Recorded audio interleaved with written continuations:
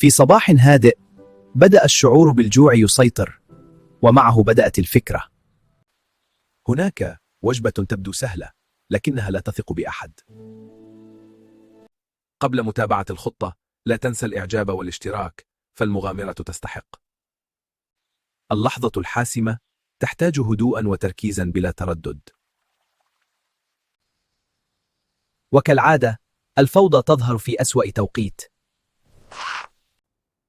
لا مشكلة، دائما توجد خطة أذكى.